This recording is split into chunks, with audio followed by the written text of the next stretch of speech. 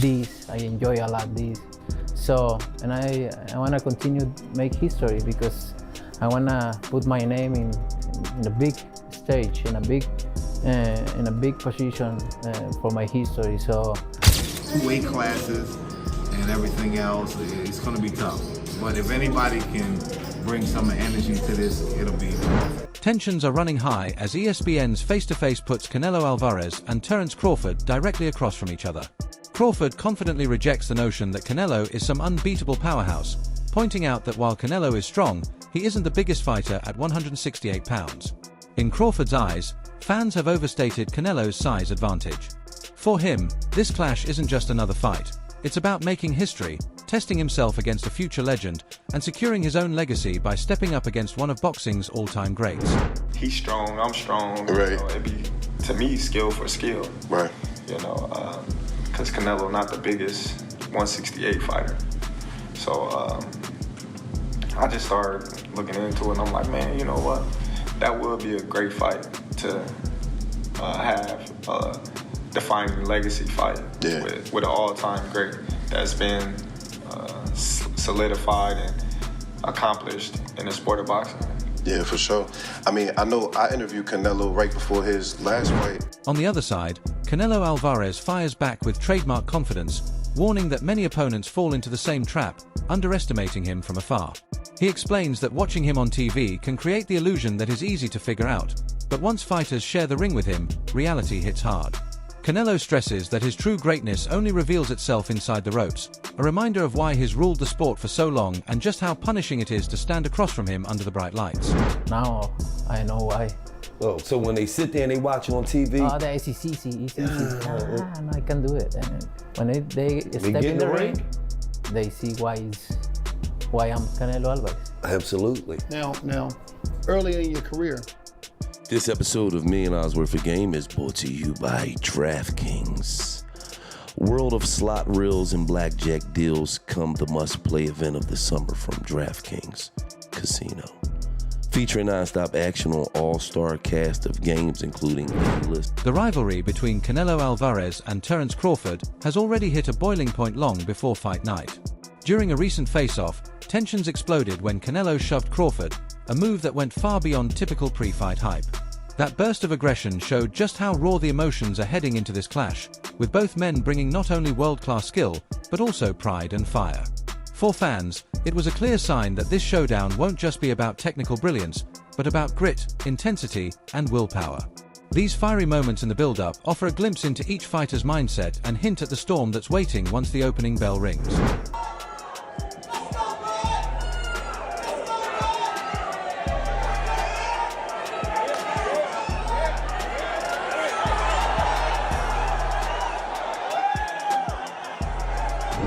Terence Crawford has never shied away from his ambition to join boxing's immortals.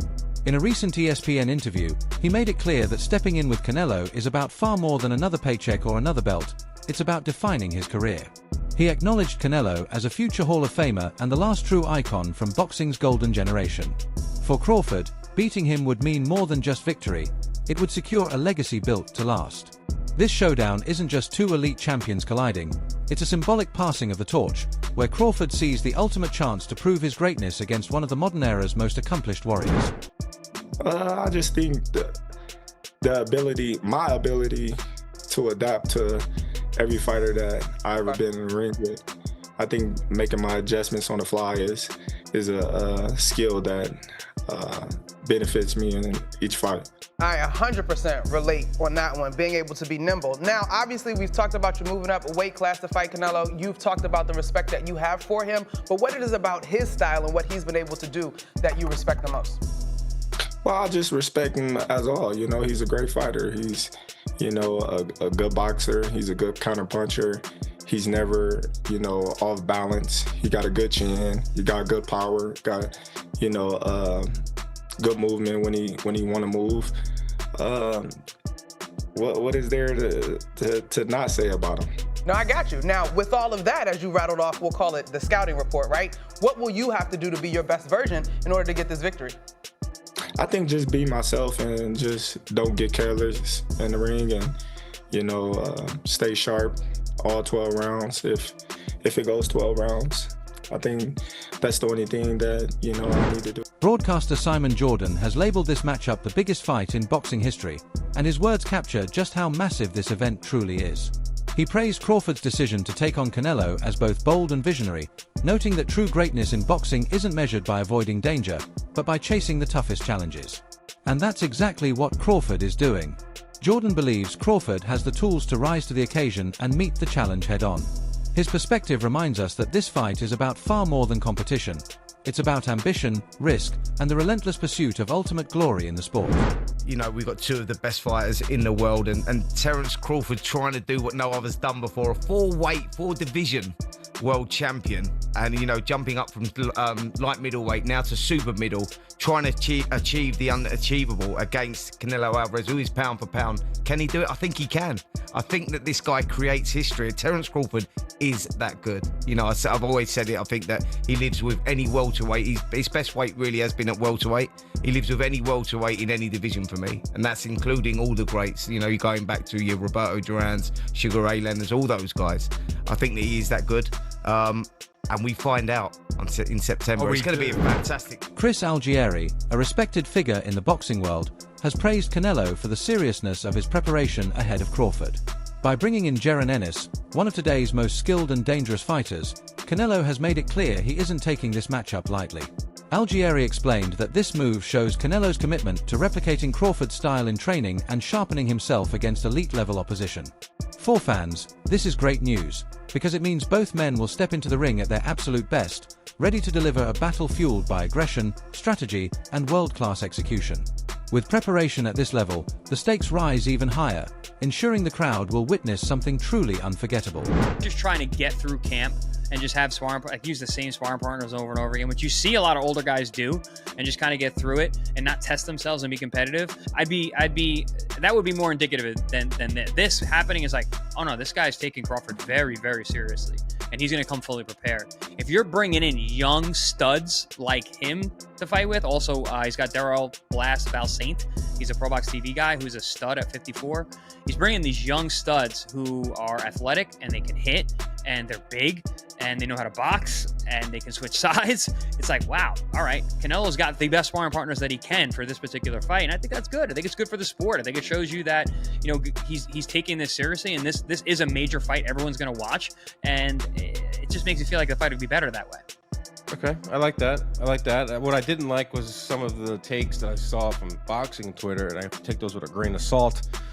Oh my God, this is ridiculous what I'm about to say. I shouldn't even say it, but I'm going to say it anyway. Why not? We're on a podcast. There were people saying that Boots, it was like anti-black code. He went against the culture to train and help Canelo beat another black man in Crawford.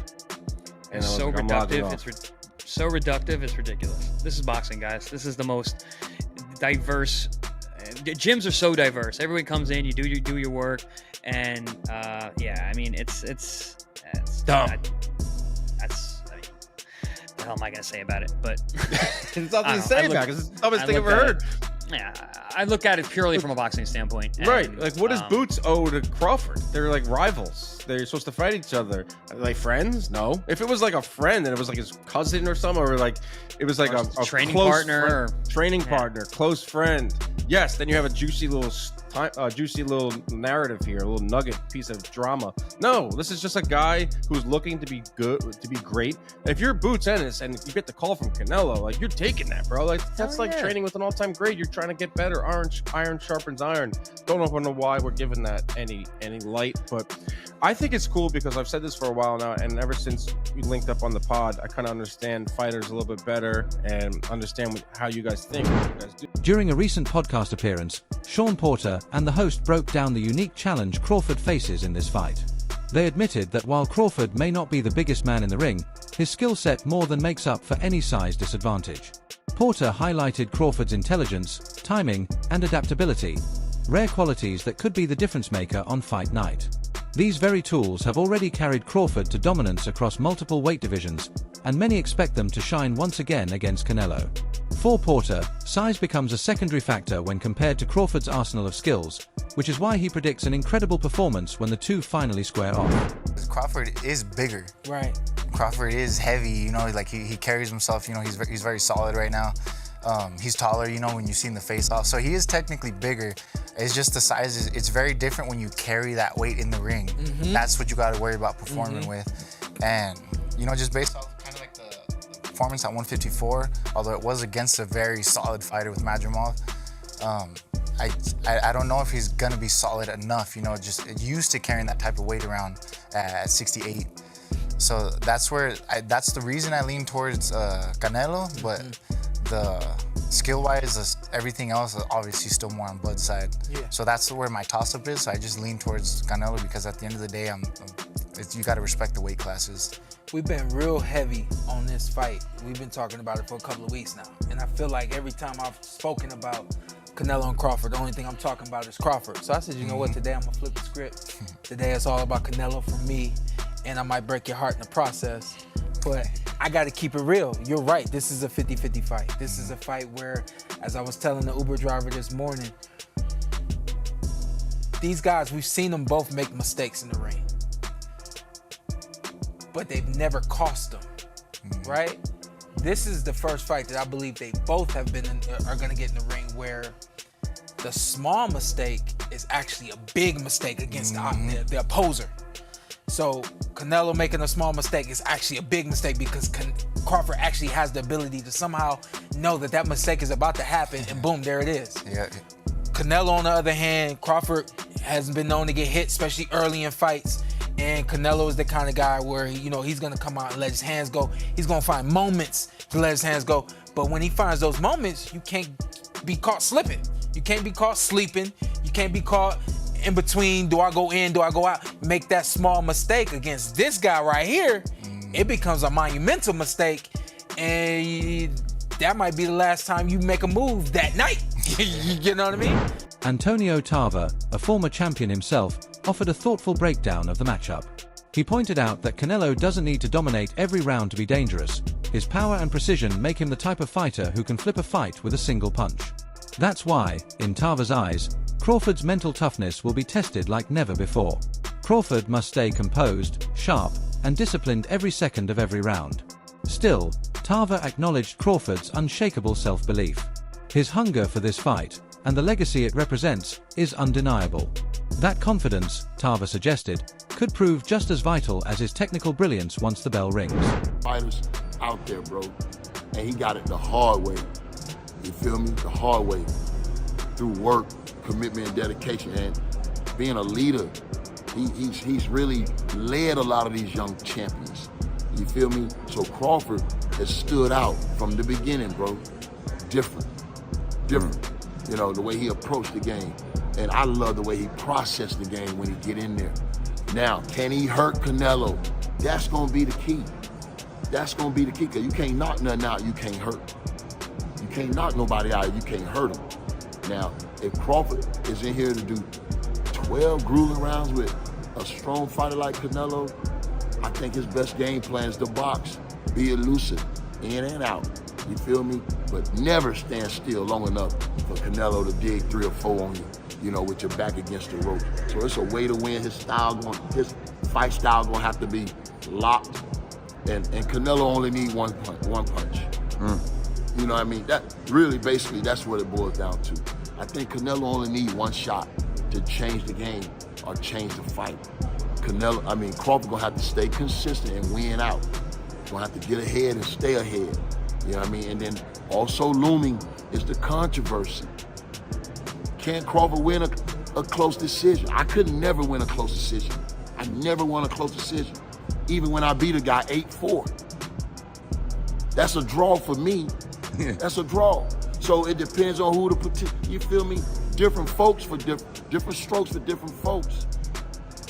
You feel me? So you gotta be, can Canelo or can Crawford win a close decision? I don't think so.